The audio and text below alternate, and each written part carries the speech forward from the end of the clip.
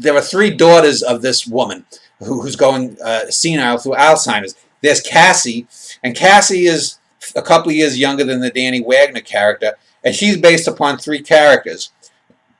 30 years ago, when I went to SUNY Brockport for a writers' festival, I had this one-night stand with this girl. She was a white girl, and I think I described it in True Life. Not in much detail because I don't remember that much of it. But I said, well, that's my in to get Danny into the play. Is let me make that one night stand that he had with a black girl rather than a white girl, and they remain friends, just like I've remained friends with a woman I dated back in the early '90s. So I said, let's have Danny become accidental friends with her. And since he's friends with Megan, another former lover, I said this gives a continuity to the character that Danny somehow, unlike me, is a bit more suave and doesn't anger people as much, apparently. And so I have her, and she's basically taken over from her mother. Once her mother retired when she got the Alzheimer's diagnosis a decade earlier, Cassie gave up whatever job she had as a teacher and took over. And then she has two younger sisters who are her half-sisters. And they are full-blooded sisters to each other. They are Cassie's half-sisters, and there's a lot of squabbling between those two, and as well with Cassie. And the interesting thing is those two girls have a white father who was killed in 9/11. The husband of Norma, the woman going senile. So the father is dead and only seen in flashbacks or as a ghost.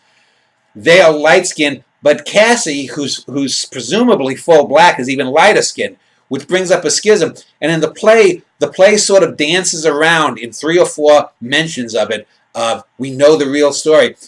You get the sense that maybe Norma had been raped or somehow maybe molested and got impregnated by a white guy, but she's claimed that it was a former black lover just so that her daughter, Cassie, doesn't, have some psychological damage from being the product of rape. That's my interpretation. It's never overtly stated in the play, so my interpretation, even though I'm the author of it, doesn't affect the integrity and reality of the diegetic universe of the play. So since it's not totally confirmed, I can't say it with certainty.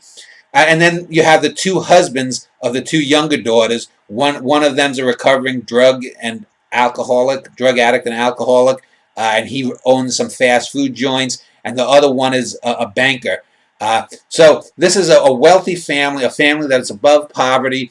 Danny is the only white character other than, well, one of two. The dead husband and Danny are the two white characters.